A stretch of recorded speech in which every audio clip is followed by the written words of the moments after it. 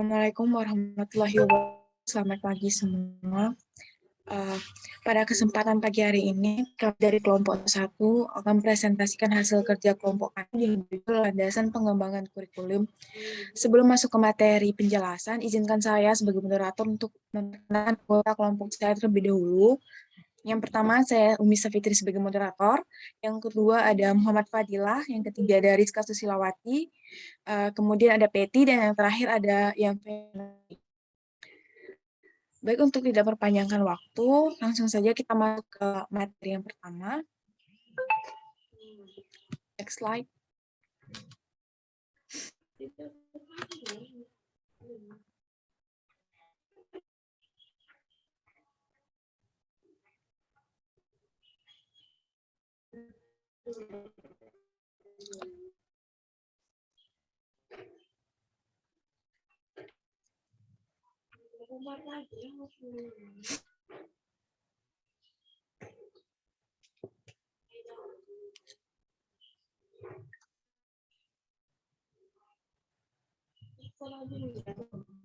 Nah, untuk materi pertama itu pembahasan.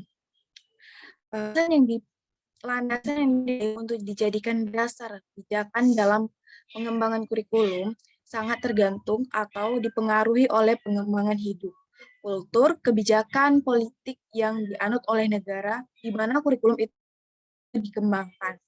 Akan tetapi secara umum landasan itu landasan filosofis, landasan fisiologis, landasan sosiologis, serta landasan ilmu pengetahuan dan teknologi adalah landasan umum dan pokok sebagai dasar pijakan dalam pengembangan kurikulum. Materi selanjutnya akan dijelaskan.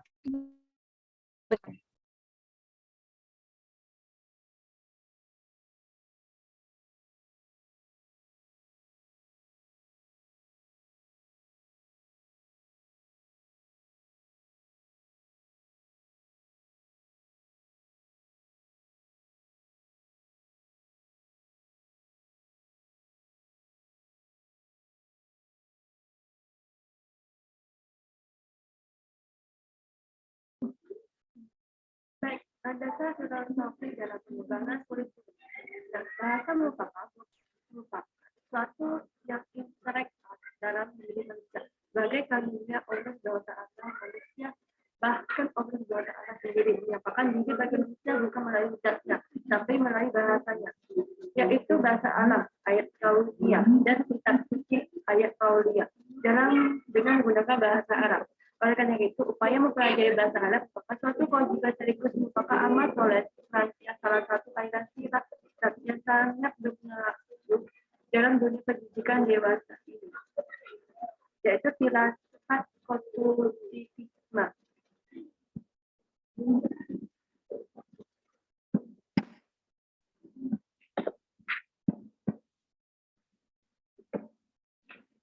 Nah, konstruktivisme berpandangan bahwa pengetahuan adalah konstruksi yang melalui interaksi dengan objek fenomena pengalaman dan lingkungan suatu pengetahuan anggap benar bila pengetahuan itu dapat berguna untuk menghadapi dan menjaga persoalan atau fenomena yang sesuai dengan pandangan konstruktivisme. Pengetahuan tidak dapat langsung dipercaya dalam seorang guru ataupun dosen kepada orang lain, siswa maupun mahasiswa, tapi harus diinterpretasikan sendiri oleh masing-masing orang. Setiap orang harus mengkonstruksi pengetahuan sendiri. Pengetahuan bukan sesuatu yang sudah jadi, melainkan suatu proses yang berkembang terus-menerus. Dalam proses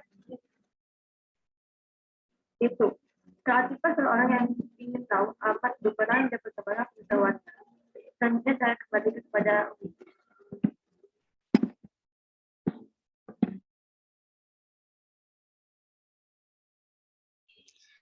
Baik, terima kasih kepada Rizka Susilawati. Untuk materi selanjutnya akan dijelaskan oleh Yayang. Kepada Yayang, kami persilakan.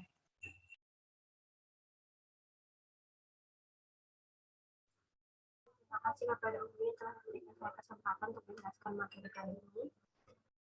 Selanjutnya itu adalah landasan psikologis dalam pengembangan kurikulum. Lanjutan dari materi IKA tadi.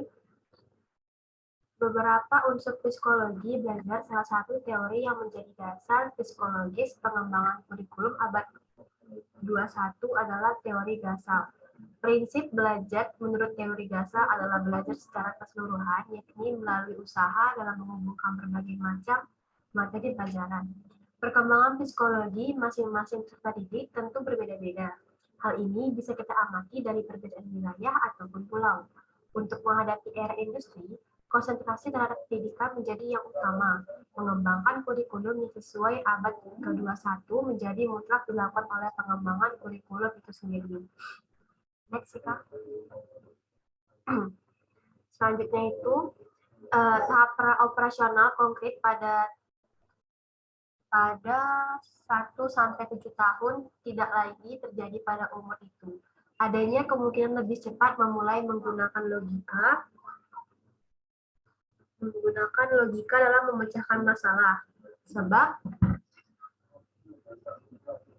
adanya informasi dengan pencernaan lebih dini mempengaruhi proses berpikir anak. Maka pada tahap operasional konkret usia anak lebih muda dan mulai memecahkan masalah anak usia remaja bahkan dewasa. Terlebih realitas saat ini bahwa banyak anak yang hobi bermain games online. Kecenderungan untuk berpikir menggunakan logika tidak lagi terhindarkan. Usia 8 tahun pada psikologi perkembangan anak mungkin sudah mampu mengembangkan apa seharusnya dikembangkan pada usia 10-11 tahun. Fenomena ini tidak sedikit terjadi, disebabkan perkembangan psikologi anak lebih awal, menerima karena adanya stimulus yakni dari adanya perkembangan ilmu pengetahuan dan teknologi informasi yang semakin mudah diperoleh. Saya kembalikan kepada moderator.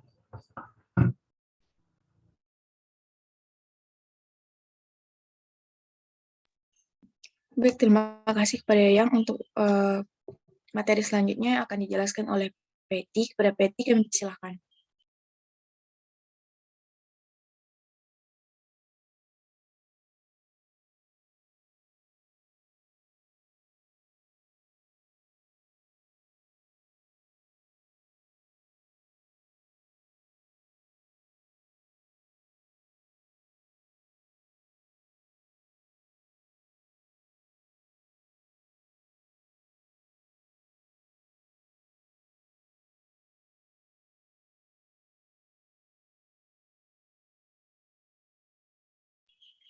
Baik, kami silakan.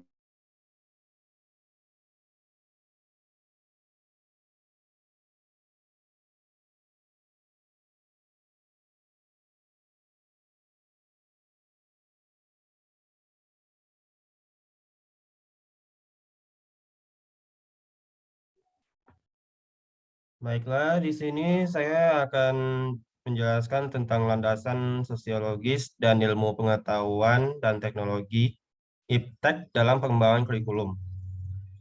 Perkembangan yang demikian cepat dalam bidang ilmu pengetahuan dan teknologi telah mampu merubah tatanan kehidupan manusia. Oleh karena itu, kurikulum seyogyanya dapat mengakomodir dan mengantisipasi laju perkembangan ilmu pengetahuan dan teknologi, sehingga peserta didik dapat mengimbangi dan sekaligus mengembangkan ilmu pengetahuan dan teknologi untuk keselamatan dan kelangsungan hidup manusia. Sosiologi kurikulum awalnya hanyalah satu kajian dalam sosiologi pendidikan. Muncul sosiologi kurikulum juga dikarenakan perkembangan dalam sistem pendidikan di berbagai negara yang menempatkan kurikulum sebagai posisi penting di seluruh sekolah. Baiklah, itu saja dari saya kembalikan pada moderator.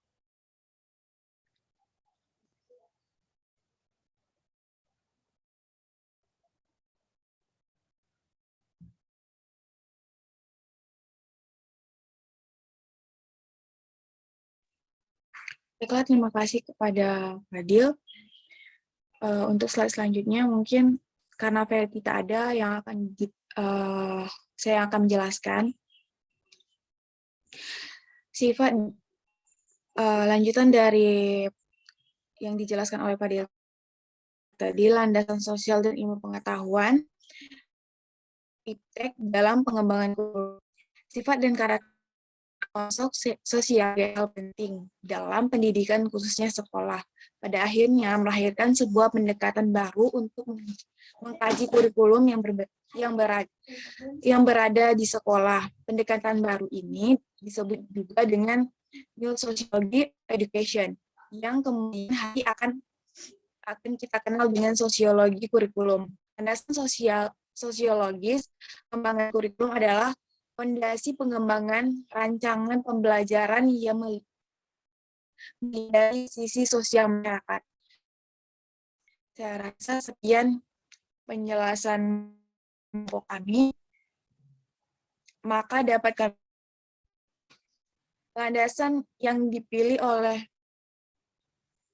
istilah kurikulum atau kurikuler yang awalnya digunakan dalam dunia olahraga berasal dari kata kurikuler atau pelari, dan kurikuler terdapat tempat pemacu. Pada saat ini kurikulum diartikan sebagai jarak yang harus ditempuh oleh seorang pelari, mulai dari start sampai finish untuk memperoleh medali atau penghargaan.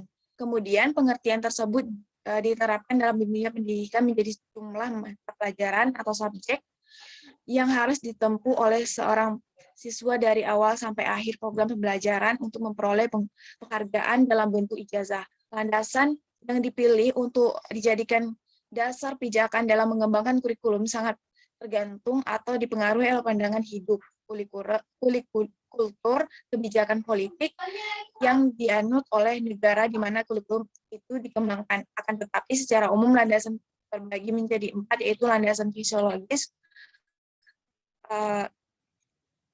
landasan psikologi, sosiologis, serta landasan ilmu pengetahuan dan teknologi adalah landasan umum dan pokok sebagai dasar pijakan dalam pengembangan kurikulum.